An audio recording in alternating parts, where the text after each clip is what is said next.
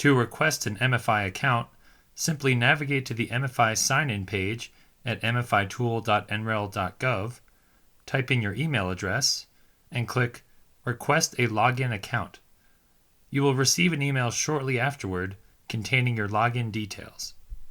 Once logged in, you'll want to replace the temporary password you received with one of your own choosing. To do that, click the drop-down menu in the top right and click Edit Profile. From there, simply enter an updated password which satisfies the requirements listed in the red box below.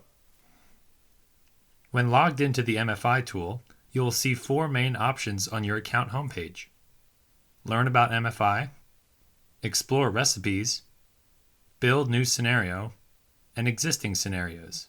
For more information about what the MFI tool is and how it's been used in the past, click Learn More. To see the types of products and processes MFI can use to model industrial supply chains, click Explore Recipes. To jump right into building a new customized MFI supply chain scenario of your own, select Build. Lastly, you can go back and view or rerun existing MFI supply chain scenarios you've created by clicking View under Existing Scenarios.